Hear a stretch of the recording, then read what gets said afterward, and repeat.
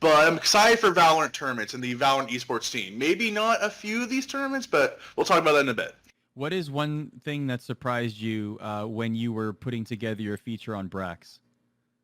Man, I think the thing that surprised me the most about Brax is that I asked him what kind of helped you through getting banned from CS:GO. He obviously was in the match fixing scandal as a 17-year-old. Valve indefinitely banned him, which kind of became a definite ban. They didn't change their stance, kind of wanted to make an example out of those players. And I asked him, like, how did you get through that? Did you go to a therapist? Did you, find a, workout? Did you go play sports? Did you find an outlet for your depression? And he basically said the thing that gave him the most joy was Counter-Strike. So the thing that he hated the most, the thing that made him so depressed, but also gave him the most joy was the same thing. Which is really, like, when you think about it, it's like purgatory. Like, the thing you love the most is the thing that's hurting you the most. So the piece is really about just kind of we've had a lot of great articles and features about the match fixing scandal and kind of the overarching effect of that. While this piece is a lot more about Brax the person, the human being, and how he kind of survived those years of being in this purgatory. So yeah, really, really good talking to him. He opened up a lot, which is hard for him because he, as we all know, we've all interviewed him. He's a very introverted person. So very happy that he was able to speak about some of his issues. And also his mom gave some great comments, and she was lovely. Nice. So that is up at ESPN.com/esports. Jacob, you also recently spoke with all three of them actually from the iBuy Power Days. So like when you spoke with them, and this was on the Eco, which is on every Monday night, it's a Counter-Strike show that Jacob hosts. When you talked to Brax, was that like how did they treat the subject matter? Like, how do they look back on it now that it's like so many years removed? Like, are they at peace with everything? How do they talk about it? I mean, I still think they're, and to clarify, the three that were on my show were Skadoodle, AZK, and Brax, and Skadoodle himself was actually not banned because he didn't take his share of the skins in the end of it all. He did not take the money from it from the situation, so he was spared.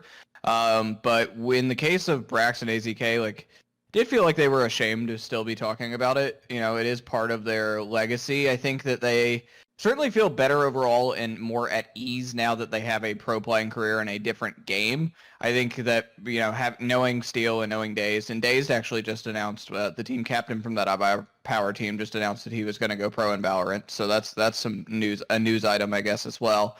But in the case of AZK and Brax, it seemed like, they're definitely still ashamed of what happened, but I think overall they're kind of less, not less ashamed, but more joyful about what their lives are like now that they are signed to a 2T1, have a pro playing career in Valorant, and have a future now, something they did not have even a year ago. So big change, I think, for the both of them. And it seemed like they were all collectively being reunited with Skadoodle. They were kind of looking forward. So yeah, it was an interesting conversation. I definitely got a mix of excitement about Valorant, but also sort of still carrying a little bit on their shoulders of shame, the fact of what happened, even though it was, at this point, 5.5 years ago. Yeah.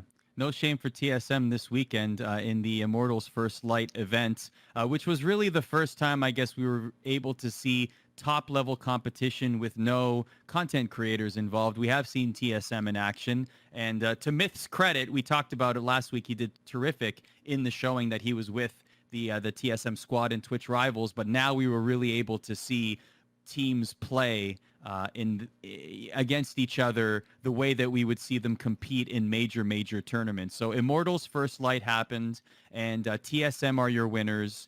And now we're asking the question, Tyler, is it, have we seen, I mean, it's still very early, but have we seen enough to say that TSM are the team to beat, and they are, as we sit right now, the best team in NA? Like, if I was making a power rankings right now, if there was an official FionnonFire Valorant North American power rankings, I have to put TSM first. They cleaned up this weekend. They won the DTS 10K Invitational. They won the Immortals First Light Tournament. They won the CLG Blitz Cup Tournament. The only tournament they didn't win in this last, string of days was the Pittsburgh Knights Invitational Tournament Series, where they actually fell, weirdly. Like, they didn't even make the finals, not even semifinals. They lost to Together We Are Terrific, which is a very good amateur team, and another amateur team in China Win, one of your favorite teams, Arda, with Psalm leading that squad. Yes. Psalm, popping off maybe, one of the, players or people are looking at right now to sign to a tier 1 organization. There's a lot of, murmurings about he could be picked up very soon. What do you think is taking so long with Psalm? I think this thing that a lot of these teams very much want Counter-Strike pros, highly pros switching over from Counter-Strike. So Psalm, he was very good in Counter-Strike. I believe he was global elite, but he's known for his Fortnite background. So he has to prove himself somewhat, right? Where he has to go into these trials. He's been trialed by various teams.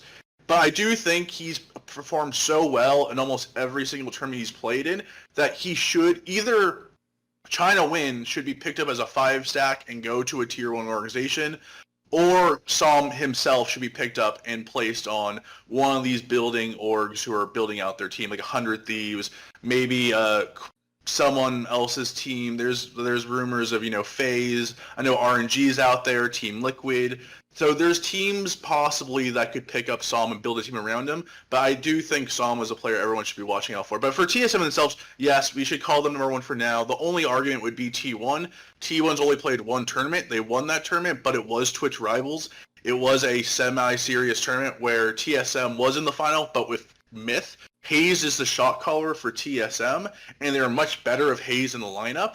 So I really do want to see the TSM T1 matchup. We will hopefully see that next weekend at the T1 Ignition Invitational, pretty much the first big major Valorant tournament with pro teams involved. So that's what I'm circling. I want that T1 TSM matchup. That is the final or the series that everyone wants to see. Yeah, I would say that until we see T1 play more, I don't want to make the decisive call that TSM's the best team. I think, from a raw skill perspective, I think there are some arguments here and there that you can make in favor of some of the players on TSM, like Wardell, but I generally think across the board from a raw skill perspective that the T1 team is better than the TSM team, and we just haven't seen enough of them play in real tournaments, which is exciting, with the Ignition series and everything else. I hope I hope TSM is in this T1 event. I would imagine they are, and I hope that they get to play actual T1 team as well, presumably, because I think that's sort of the barometer I'm looking for, and we haven't seen that yet. So I am not so quick to call TSM the best team in North America yet, without seeing them play against T1. One thing about TSM that I really like on my final thoughts on TSM is I do think out of all the teams I've seen, they are the ones, I think them and Fish123 are the teams that most recognize their identity. They have found their identity, where there's a 3-head monster on attack. They have Drone, who plays Phoenix. He's the Phoenix main, best Phoenix in the world. He plays Phoenix all the time. He makes it work where other players are playing other duelists. He's the best Phoenix in the world. Please watch him if you are aspiring Phoenix. He's amazing. You have Wardell, obviously, the hard carry of the team on his Jet, on his Sova, and then you have Subroso. Those 3 players on any given game, those guys, you could expect a 30 bomb from one of them. Most likely Wardell, but Drone and Subroso both have their games where they'll just pop off. And then you have Hayes and Cutler on the Sage and Cypher, where they're not going to put up the 20 kills, regularly. They'll have a 20 kill game here or there, but those two are kind of the anchors. They're the veterans. They know their roles, and they're amazing. And when it comes down to it, they're the cleanup crew. They are very much playing that Sentinel role. They're playing the Lurker. They're playing, Sage as a defensive character, and it works.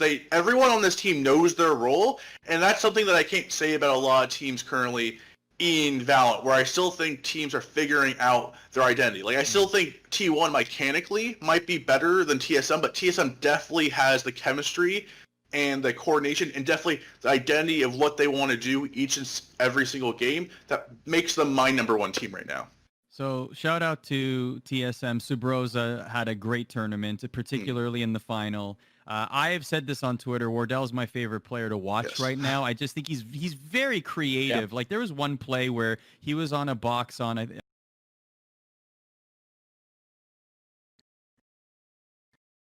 he was covered in the opposing Brimstone didn't know that he covered Wardell in smoke as a Sova, and he was using his abilities to basically herd 3 or 4 of the opponents into the same spot so he could shock dart them.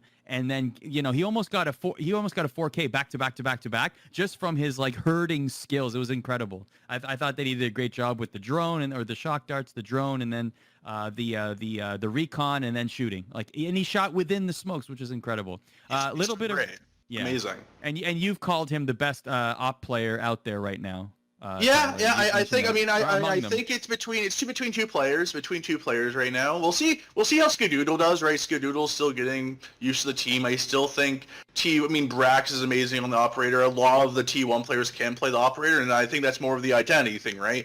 We'll see as games and series go along, and as those 5 learn their identities on the team, who really becomes the main number 1 operator on the team. But right now in NA, it's either Tens or it's Wardell. And this weekend, Wardell did get the W, but that might more be because of the team around Wardell and less so around the team around Tens. And we can get into that right now, I believe. Yeah, we will in a second. I do have some capital J journalism to report here. I did send a DM to Wardell. As we all know, there is a meme whenever he's playing in Twitch chat. People spam the just letting everybody know that Wardell is outside his Scarborough home in a Mercedes AMG class vehicle.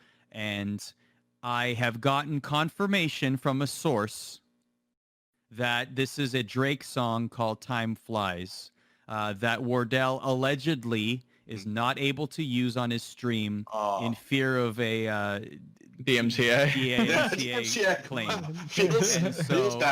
Feels bad. So this is all according to sources, and I will try to double check that for you. May not have been Wardell. Okay, so let's talk about Tens and Friends. Tens is great. He's amazing. What about Friends? Some of the friends are good. Some of the friends are good. I don't want to say all the friends are bad, but I do want to say the first match they had versus Mix-Up, and I had Mix-Up as the 8th team going into the main tournament first light, and after the tournament was all over, I saw many comments comparing Tens to LeBron James on the Cavaliers, the bad Cavaliers days. I saw one person call him Latens James. And I think Latens James really does signify kind of, at least in this tournament. In this tournament, he was Latens James, where he was putting up a 40 bomb. A 40 bomb versus Mix-Up. He had a combat score of a 480. 480. A 400 game, you are out of your mind. A 480 is almost unheard of. Especially in that's like a mortal player playing against Arda. That is ridiculous. Oh, that so they lose. Yeah, it's I think looking at the C9 or the possible C9 roster, right? I do want to update that so they had the Tens and Friends, the possible C9 roster. The one person that wasn't there was Infinite, and from what I've heard from some sources, not Wardell, like Arda's source, but actual sources, that Infinite apparently has just quit Valorant. He just was like, I want to go play CSGO. I like CSGO better. Peace out. So I believe Infinite just kind of left them on short notice, and they had to put Vice in the lineup on very, very short notice. So they had 2 days of practice with Vice. So that's one of the reasons why they look so shaky. But they did. It's really hard, right? Because you're looking at TSM, you're looking at T1, and then you have Tens, Latens James, and you're like, if you could just put if you got a Corey in there, right, or a Psalm right next to Latens James, then maybe you can have a championship roster. But Tens can't do it all, right? This game isn't.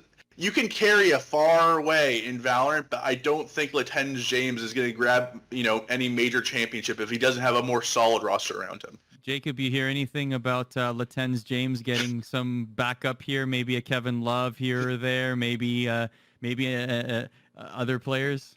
I mean, there was a lot of talk around Corey and Cloud9, from my understanding, but I haven't heard anything new on that in a couple weeks. So I'm sort of curious what will shake out. I will say, I hope that Relix figures this out, because he's someone that I dealt with a lot in Counter-Strike, and he's genuinely a nice dude, and I think has some potential as a player as well. He did in Counter-Strike, and he never really could achieve, I think, what he was after. But I mean, yeah, I think to Tyler's point, if you look at someone like Corey, that makes a lot of sense, and I don't know. I'm very confused as to why Cloud9 sort of just barely stepping their toe in it. I think that this is informed speculation. I will say that, but I think, based off a conversation I had, an interview I had with Monte Cristo a few days ago, now the commissioner of Flashpoint and vice president of brand at B-Site, he seemed very gung-ho that they would like to, that organization, B-Site, would like to put together some sort of Valorant tournament, that he was very personally interested, and they as a business were interested in doing so. If B-Site were to get a license to run a Valorant tournament, especially in the Ignition series, I don't see a world where every team in there doesn't adopt every partner team doesn't adopt a Valorant squad. And so that'd be like Team Envy, that'd be Mad Lions, that would be Immortals already has theirs, so it'd be like Cloud9. Yeah, it'd be Fun Plus Phoenix. Just sort of the entire list of people in there. But I've been a little bit as confused as to why Cloud9 has not really made an official jump other than Tins. Because there are some players out there, but I don't know, right? Like, there's only just so many players that are worth your investment. And sort of taking the flyer on, right? Like Sentinels hasn't done as well as I think a lot of us may have thought they would have, and they made some real big flyers in this scene. So I don't know if Cloud9's waiting to take sort of the more developmental approach and find younger people and sort of build them up, or if they want to go out and be big spenders. But they've been very slow about it as of right now. Imagine Latens James brings in Corey and Som, just like LeBron and Chris Bosh and Dwayne Wade, and the three of them take their talents to C9. And that'd be great. They'd be very strong. And I do think about this C9 roster is I don't wanna just thrash the entire team too. They did play very well. Like Mitch had some games. Shinobi is the shot caller, right? So you're not expecting him to put up amazing numbers. Vice had a lot of rough moments on Cypher. He had a few clutch moments, but mostly a rough day. So I do think I don't think they have to overhaul the entire roster. I do think Vice maybe, they do give him some more time, give him some more trial practice, but I do think they still need that secondary impact player next to Tens that can, like TSM, you look at TSM, I just said they have the three-headed monster of Wardell, Subrosa, and Drone. If Wardell's not having the best game, you have Subrosa and Drone to fall back on. If you're T1, Brack is obviously the main carry. He's the guy. He's the ace of the team. But if he's not doing well, look at you. I mean, you have AZK, you have Skadoodle, even Crashies and Food. Mm-hmm. They can all put up amazing numbers. And then you look at C9 and you're like, Latens James deserves to be up there with the Wardells and Braxes skill wise. I think those three are probably the best right now in North America. But you need that consistent number 2 player on the team. I don't know if it's Mitch. I don't know if it's anyone else on the team, but if you got a Corey or a Psalm that could slide right next to Latens James and play off of him and be there when Tens isn't finding all his shots, then C9 is a team that T1 and TSM have to watch out for. Well, we're going to definitely keep track of future tournaments. We're going to talk about the Ignition series in a little bit, but how about Ninja? Ninja's entering some Valorant tournaments. He played in the Trovo Challenge this past weekend. Didn't have the absolute best showing, or him and his team, I should say, not just semifinals. Yeah, they had a great showing up until the semifinals. And then but to be fair, that wasn't all Ninja's fault. And Ninja has been playing this game a lot, and it looks like he's very passionate about it. But I guess the question is there. I mean, Ninja is somebody who doesn't need Valorant. Ninja was somebody who was in the closed alpha, Jacob, right? Like, he was somebody who's been following this since the very beginning. How far do you think he takes it? I mean, we've talked about this a little bit with our chat in previous shows about Shroud also. I think the same applies to Ninja. Like, I wouldn't be surprised if him and some buddies enter some of these Ignition Series big tournaments, right? But, like, at the end of the day, he's just going to continue to be a streamer. He's got a contract with Mixer that has, like, certain requirements, but, like, dude makes significant money, and also, like, he's not. Here's the thing. This applies to Ninja and Fortnite too. Ninja is good enough to be entertaining. Ninja is not good enough to be pro. That's my general thought on what he was in Fortnite. That's probably how he's going to be in Valorant too, right? Like, he can compete, but he's not going to be good enough to be on a top team ever, right? Like, he hasn't been a competitive player in anything since Halo. It's been a while. and he's made his name as an influencer. And I think at this point, right, like he has a big enough of a fan base. I also just think he's kind of reached his peak in a way in popularity, right, which is like super high. I think that there will be still tons of companies that want to cash in on the Ninja train and continue to pay him endorsement deals that are massive. But in terms of like, last summer and sort of last spring, like that was peak Ninja, right? Like into 2018, beginning of 2019, like he was everything in gaming relative to like pop culture in the industry. I don't think he's ever gonna be any bigger than he is now at this point, but like where he's at right now, he's a millionaire, and he's got the giant Mixer deal, right? That doesn't pressure him to stream nearly as much as his dealings with Twitch. He's Red Bull athlete, everything, right? But there's no incentive for him to take this any more seriously than he wants to. So in terms of like playing in tournaments and having fun with it, sure, but I'm sure he legitimately does have fun with it, but like he has such a huge fan base, it doesn't matter what he streams. He could go stream Civilization tomorrow and have probably basically have all of Mixer's website, because nobody actually goes to that website other than people that watch Ninja and Shroud. But nonetheless, like he could have the audience that he has no matter what he plays. If he's having fun with Valorant, more power to him, but there's literally no incentive for him to be anything more than what he is right now in Valorant. So that's my thought. I give him credit, Tyler, though. I mean, at the end of the day, the other Tyler that we're talking about here, like, he doesn't have to do this. He's doing it out of love, and I appreciate that very much, because he's a made man. He has enough in the bank for future, like, several future generations. And I do think that even though the pandemic might have slowed things down, I don't think we've seen the apex of Ninja as a celebrity just yet. I think that there were certain things that were going to happen in 2020 had the pandemic not hit that would have been very good for his brand. He had that movie, what was it, the Ryan Reynolds thing that was on the horizon. He also had a couple of like brand deals, and that probably would have been a little bit bigger if it was not clouded in all the news that is happening, right? So I do think that once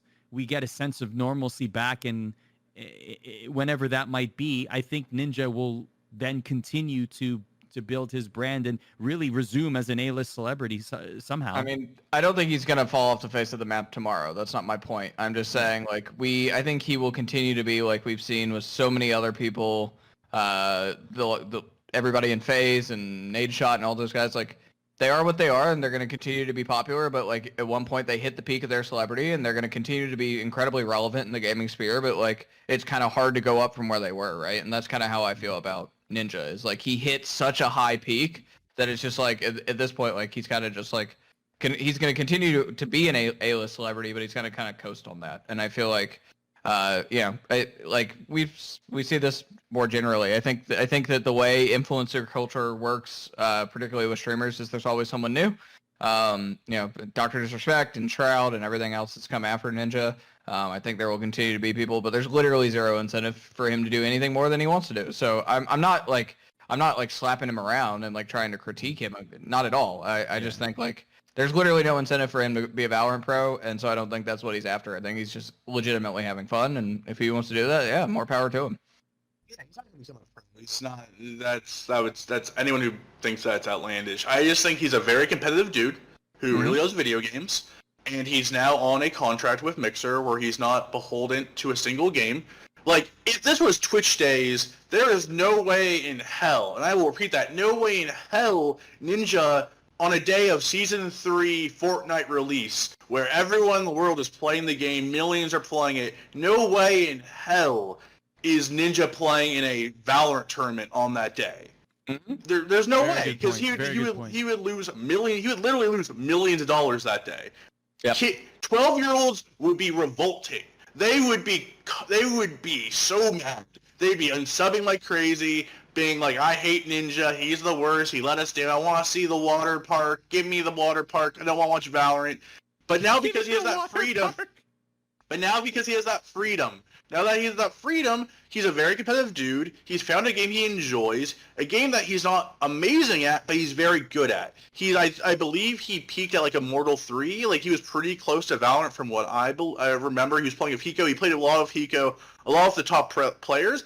I think that drives him. Valorant is not like Fortnite, where Fortnite is a lot of RNG. You can RNG your way to a victory. Valorant is a game where you need to grind, and you need a team, and when you suck at, like, even when you're very good and you play someone who's amazing, you feel like you suck. And Ninja, as he explained many times on social media, he does not like losing. Losing a game is not, he wants to learn and get better at a game. He's not going to take a loss and be like, all right, I guess Hiko's way better than me. I guess, Wardell's way better than me. I just am not that good. I'm going to be an entertainer and make millions of dollars. I think it actually it motivates him, similar to Myth, where they want to be good at this game. They want respect to be, really good gamers in this new type of FPS game that, neither of them are really familiar with, and I think it motivates them to be better. And their team, while they're not TSM, they got destroyed by TSM, they're not any of these top pro teams, but as an amateur team with a few days of practice, they're actually, I would say, really good, and I'm actually excited to see them in upcoming tournaments because I don't see an upset of TSM coming anytime soon.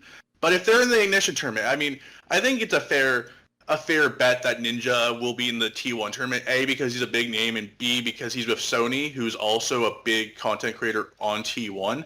And they've proven themselves, again, in this tournament by making the semifinals, that it just seems like an easy slam dunk for T1 to put them in.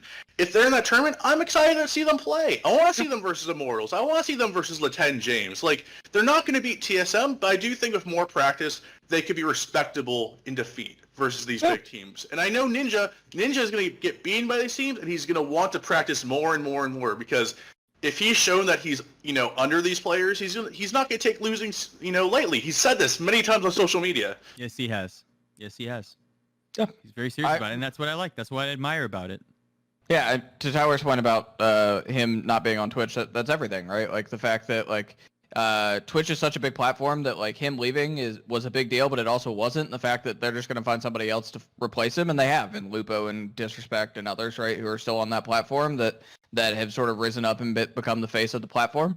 The overall, generally, his deal with Microsoft doesn't ebb and flow based off viewer hours, so he can do whatever he wants to do, right? Or viewer numbers, right? He's got a flat deal with Microsoft that incentivizes him to partner with them both for Mixer and Xbox and all sorts of stuff, and dude gets paid no matter what. So more power to him. Go have fun. Let's rapid fire through a couple of news and notes that happened this past week. Tyler, you did an interview with Mixwell, who just signed with G2. That's up now at youtube.com/ESPN Esports. He was basically one of the last remaining tippy top of the mountain free agent, I guess, quote unquote, players, or unsigned to a major org, I should say.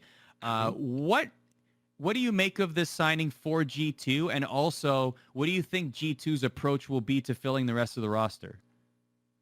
It's a classic Carlos move, right? When the rest of Europe is kind of tiptoeing around Mixwell, North American teams are asking about him, maybe to get him over, even with the COVID stuff. There was a lot of interest in Mixwell. It wasn't like a 2-horse race or a 3-horse race. This was 10 teams. This was a lot of teams with a lot of interest in him. And Carlos, the showman, the person who cannot be upstaged by anyone, he gets the big signing of Mixwell. And also he's Spanish, right? Where G2 is, Carlos is Spanish. It has a lot of Spanish roots. It's a big signing. The Spanish fans love Mixwell. It's a very easy transition.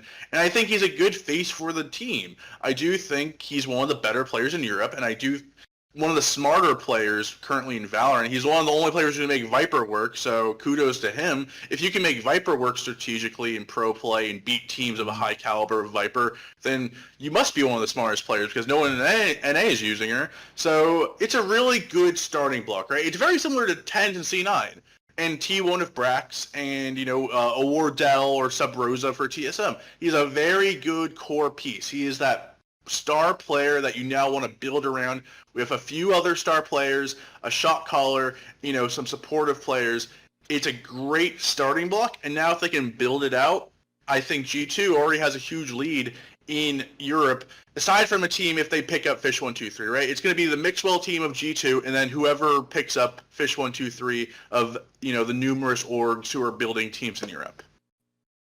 Yeah, I think there was an existing relationship here. Mixwell had played Counter-Strike for G2 at one point also, so this is not terribly surprising that this is where he ends back up. And to answer your other part of that question, Arda, who did they pick up from here? Scream, hello, right? Also has been on G2 before as Counter-Strike player, so it makes a lot of sense for him to potentially come back. He's been playing with Mixwell. They seem pretty well together, or seem pretty good together.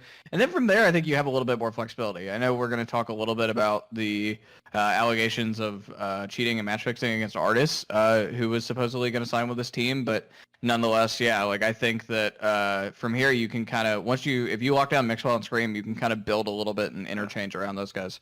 It's crazy to think that we are so young into the scene and we already have an allegation like this. As we talk about this with the Artist drama, of course, had been playing with Fish 123, and now he has allegations made against him of match fixing. He has released a longer statement.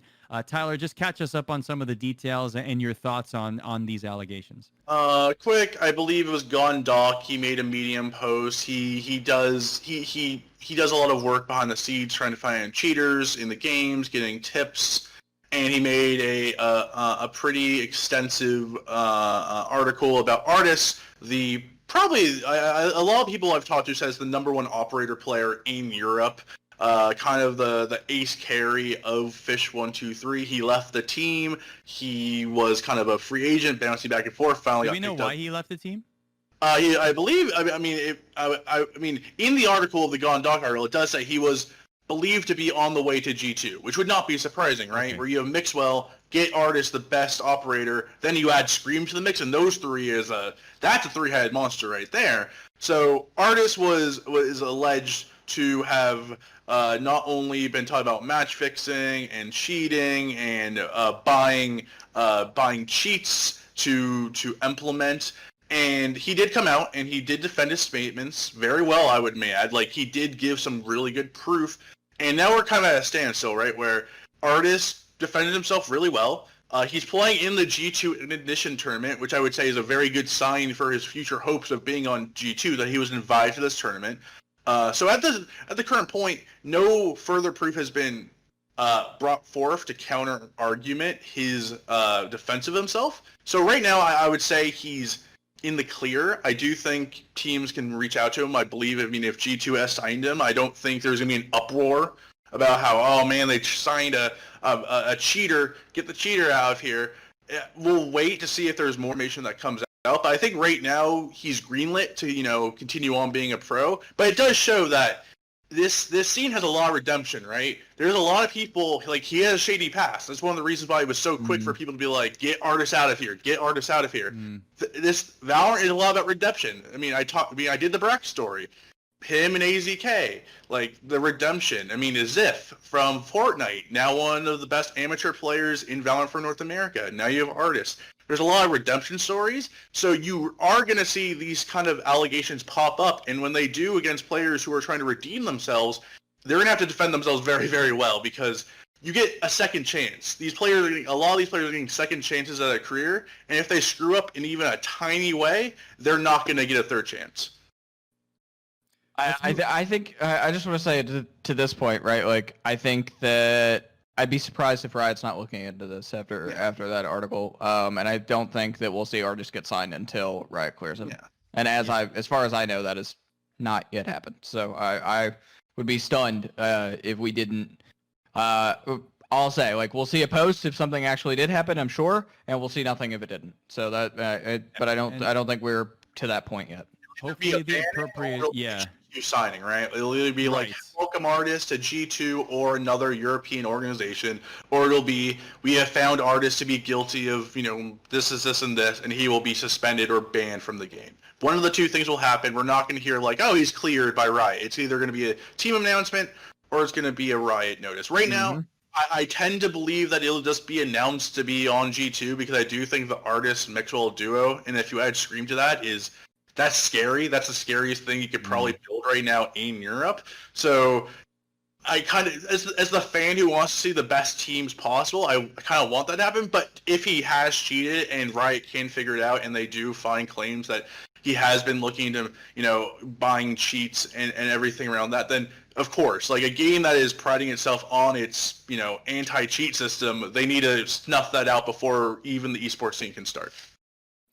So speaking of the esports scene, Riot has announced the Ignition series, which is basically a soft launch to what will be an official. This is an official ecosystem, but it is a budding one. This is sort of almost like a preamble to the major esports offering from Riot that we will or are anticipating in the future. So in terms of the June schedule, we have on June 19th to 21st, we have a G2 Esports VALORANT Invitational, which is presented by Red Bull, which is basically going to be a mixture in a way, similar to Twitch Rivals, like having some streamers, having some players, but it is going to be fun. I get, it's going to be fun. I mean, look, I think we all prefer seeing a team of pros compete against a team of pros, but to be fair, with G2 involved, it'll be entertaining, at least for a little while.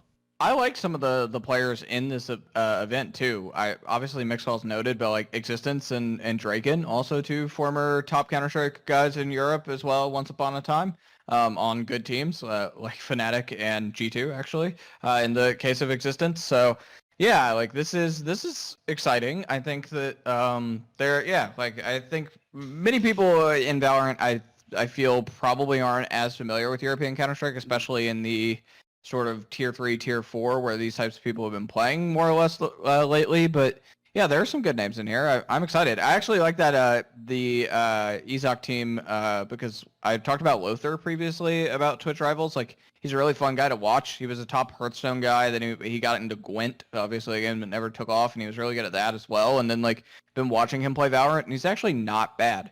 More streamer than he is, and he also works at G2, but more streamer than he is a pro player. But there are some players in here that are fun to watch, in my opinion. Why are you not so excited, Tyler? It's kind of, I think it's influencer in fatigue, right? I feel like we've watched a lot of these players play in the very same tournament over and over again.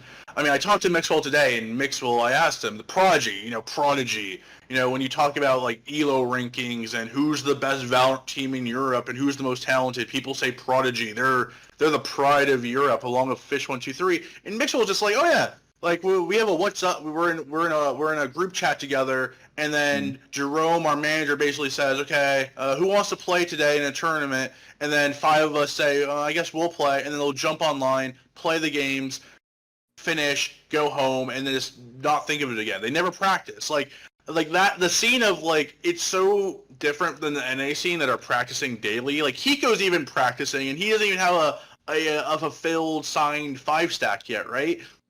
And Mixwell wants that. Mixwell wants a 5, Mixwell wants Fnatic and Excel and Mad Lions and all these bigger orgs to sign teams so he can have scrim partners and have actual practice. And right now it feels like we're just kind of meandering about, being like, okay, we're going to have another influencer tournament, yay! And then it feels a little bit a letdown, right? When we're talking about the T1 tournament, right, where we'll have Sentinels and TSM and Gen G and Cloud9, and there will be a Ninja team, but Ninja's team has practiced together, like, which is a far difference than a lot of the European teams that have been putting together, especially in this tournament, which is all thrown together. So I just want more competition because I want to know the strength. Like, it's easier to put a power level on NA right now because there's confirmed teams that have been playing together, scrimming together, playing in these weekend tournaments. Where in Europe, it's a lot of rotating pieces. We're still trying to figure out what's going on. The second best team in the region is literally just a pub team that's just having fun. So Europe really needs some structure. And I think G2 will be the first domino for many more to fall. But I'm just... another influencer tournament. It'll be exciting to see Carlos get beat up by Mixwell in the group stage. That'll be funny. Carlos will probably go 0-20. It'll be a very hilarious, thing to see. But I just want a more. When I heard of the Ignition series, I was like, yes. Every weekend we're going to get some major tournaments, some great play from Japan, Korea, China. No, not China because they still don't have the game. But all the major regions are going to have these big tournaments soon enough. All these tournaments are going to have big tournaments. And then the first Ignition tournament is a for fun, like, influencer randomized tournament. But like you said, maybe we just don't have the ecosystem yet in Europe to be able to have this. You have to look at what you're dealing with, right? Like G2 is an exception to the rule. They are not the rule when it comes to European esports. G2 are like funded by people like Joseph Tsai, who is one of the richest men in the world, one of the co-founders of Alibaba, and owns the Brooklyn Nets. Like the money they can play with versus the money that like Fnatic and Excel and all these other like European esports orgs have to play. Like G2's pockets are way deeper, so that's why they can throw things like this event. That's why they can sign big players to big contracts, right? Like. This is why they are part of the reason they've been so successful is because they started off as Spain and then they expanded into Germany and then they became like the pride of Europe and now they're like expanding to North America. That's all related to like how they want to fund their team and how they want to build out the ability to be one of the most dominant organizations in all of esports. We've seen T1 do this with South Korea, right? Like in terms of partnering with Sector and expanding their portfolio outside of South Korea to include other things. I think more generally, like European investors have always been slow because you know they don't get FOMO as much as a lot of the North American people do that want to go sign everything under the sun. You know, even like really terrible tier 3, tier 4 Counter-Strike players to contracts, right? Like this is very typical. I'm not surprised by this at all.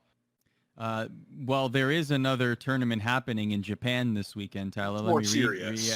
Yeah, way more serious. It's called the Rage Cross Ignition. Japan's biggest esport event, Rage, will be hosting the first officially licensed Valorant tournament in Japan under the Valorant Ignition Series brand. The tournament will invite 16 teams with established reputation in gameplay and popularity, like Detonation Gaming and Jupiter, and they will be competing for the winner-take-all prize of 500,000 yen. I'm not sure what that is in US dollars. I believe. $5,000, which is not, it doesn't sound like a lot, but I mean it's Japanese esports, right? That's where you know that's what you wanted, right? I mean, That's Daigo used to win like quarters for winning tournaments in Japan. I mean, so it's a big step up. To be clear, now he's remember, winning Valorant tournaments in your dream team. Yeah. Remember, Japan has a really. I'm surprised to see any prize money because Japan has a really terrible stigma with esports that it's gambling. Yes. So yes. you have to like. Surprised we got anything at this point, to be honest. So let's end on this. Just the structure of the Ignition series in general, and how organizations or tournament organizers will work in tandem with Riot to put on these events, is a very interesting process for both Riot and for org. What do we make of this arrangement and the Ignition series and how it's laid out, Jacob? I mean, I feel like the writing was kind of on the wall, right? Like it's like you can be a part of our ecosystem is open, but we pick who's here, and I think that's a little bit more selective than like Valve's ecosystem with Counter-Strike. But in a way, it's not, right? Like it's just like Valve goes through a rigorous selection process to host a major and now to host an RMR event, right, for Counter-Strike, and like it feels like Riot's just doing that for every event rather than just the big ones, right? So like. I'm not surprised. Like I would expect nothing less from Riot. They have a huge reputation at stake in this game. So like, obviously they want to be really selective and not just give a license to random org number 3 with some money over there in the corner, right? Like they actually really want to take this very seriously. So I'm not surprised at all at the fact that they're being selective in who they partner with. And the first 2 people hosting Ignition Series events are Riot partners in other things. And, like T1 seems like a shoe-in for LCK franchising, right? Like, and they've been around the scene for a really long time. G2 is a partner in the LEC. These are people that Riot are incredibly familiar with. They're not just licensing to a random group. I am more excited to see when they start dealing with people in Counter-Strike who are not involved in League of Legends, which seems like it will come. But, that's sort of what I'm waiting for. Looking at the current scene as it is and the upcoming tournaments, I like the structure. I like the system. And I do believe, I've been watching a lot of tournaments. I've been watching a lot of Valorant. I don't know if there's anyone in the world who's watched more Valorant tournaments than I have. I've been watching random $500 cups on Twitch just so I can see if there's a good amateur player. And it does seem like, I feel like the limit for to not go through Riot seems to be 10K. Because there's a lot of 10K tournaments. If you look at the current like prize pools, a lot of tournaments, it does seem like 10K is kind of the limit. And then after 10K of a prize pool, you kind of probably have to go through Riot. Because I teased big tournaments were coming like a month ago, right before the full release date, before the end of the beta. And there were big talks of like big money Valorant tournaments. and they weren't approved by Riot. Like Riot, I believe I have to guess, was like, we have our Ignition tournament coming up. We want to save these big events for them. We don't want to have it in beta. So they've been pushed off until if they can strike a deal like a Flashpoint or ESL for, the Ignition series, which I think is good and dandy. I think it's more selective than they probably on the surface are showing. Like, oh, we'll accept everyone. Everyone can have a big tournament. They're selective, and they want to have it spread out, right? Where they don't want to have Flashpoint and T1 both having a tournament going on at the same time. So I feel like we'll see less like month-long tournaments because they don't want to, bunch up the schedules where it's like, oh, the T1 Ignition series is on July 4th, and Flashpoint's running a 2-month tournament, so it's kind of, who knows, we can't really figure it out. So I think we'll see a lot of weekend Ignition tournaments, not a lot of more seasonal formats. And for the beginning of it, I'm going to say it seems intriguing. I want to see more regions and more tournaments as we go along. If they become more serious and a few show matches thrown into those serious tournaments, I think it'll be a good boost to Valorant. Because I think right now Valorant, if you look at the Twitch stats, has an average of around 80 to 60,000 viewers, which is amazing. On a monthly total, the only games that beat that are Fortnite, Warzone, League of Legends, and Counter-Strike. And Crucible. So Crucible's at 20 people right now. Maybe even less than 20. It has 5 people playing the game right now in the servers. But Can I just interject and just say one of Tyler's favorite games, when we're offline before we start a show, one of Tyler's favorite games is guess how many people are watching Crucible on Twitch right now? Yeah, it's a great game. How many people are playing on Steam? There's 200. There's currently 210 people playing Crucible on Steam, fellas, and it keeps going down. Good job, Amazon. But going back to Valorant, a game that does have 60,000, 80,000 viewers, it's not going to be the Warzone or the League of Legends or the Fortnite that maybe some people were hoping for. But I want it to be that game where it has that, 40 to 60 average 1,000 fans at any given time, and it boosts up like Dota or Counter-Strike during a big event. And I do think with Riot partnering with these teams where they're going to be able to use the Riot Games channel. And I think that's one of the reasons I don't think people realize this, why there's now Twitch LCS, Twitch LEC. They want the Riot Games channel open so that these Valorant tournaments can take that channel and use it for their Ignition series. So you're going to see, it's either going to host the G2 channel or the T1 channel, or it will just be officially on the Riot Games channel of these tournaments, which I think is going to be a great boost to get new fans to check out Valorant for the first time. So I think that's a little detail that people aren't figuring out, is that these teams, getting selected for these tournaments are going to be able to use all the Riot assets, which is huge for them, especially when Riot Games has one of the biggest channels on Twitch. Yep. I don't disagree. I think that's going to be a huge signal boost because that channel has so many followers. It's one of the most followed on all of Twitch. So hosting anything on there is going to be a huge deal. And by the way, the last thing I want to mention on the G2 Esports invitation, I'm looking at the Liquipedia right now. The broadcast talent, English and Spanish, is incredible. They have a great caster lineup. They have Simo, who did our tournament, Pansy, Puckett, Frankie Ward is hosting, and Ebai is doing the Spanish commentary. That's lights out. What a lineup! If nothing else, it's going to be a very well casted event. Valorant has some really good casters right now, and I do think most observing sucks, and I don't blame the observers for the most part. It's usually the spectator tool. But I want to give a shout out to the CLG team that's led by Miss Harvey, who I believe Jacob interviewed this last week on this past week on Eco. She was running the team for the CLG Blitz Cup tournament that happened this previous weekend, and the observing was great. Spectator mode still sucks. It's still terrible, but her team pretty much did the best you could do with the current spectator mode in terms of observing. So if you are a Valorant host, if you're the developers, if you're someone who wants to run a Valorant tournament, please go talk to Miss Harvey, go watch the CLG VODs, because they were really good observing, and she obviously has a very long background in CSGO and in FPS in general, so that was really good observing. And we talk a lot of trash about observing and the spectator mode, so I want to give a shout out to someone who is doing with the little they have. They have very little to work with, and they made lemonade out of rocks. So congratulations, Yeah. CLG. It was a very fun tournament to watch. Very good observing. I hope we can see more of that. What I loved the most out of that was the box in box. They did a great job Yep. with that. Oh, it was That awesome. was an excellent. It looked so looked really good. nice. So yeah, shout out to Miss Harvey, who's very, very well respected in all facets of esports. So on that note, that's gonna do it for us here on the ESPN Esports Valorant Show.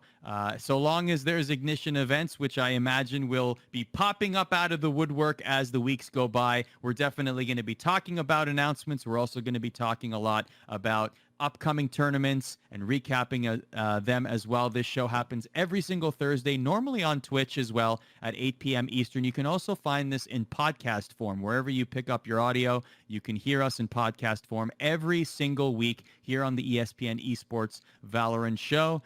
For Jacob and Tyler, I'm Arda. Thank you very much for watching or listening. We'll catch you next week. Your spectator mode, Riot. Fix it.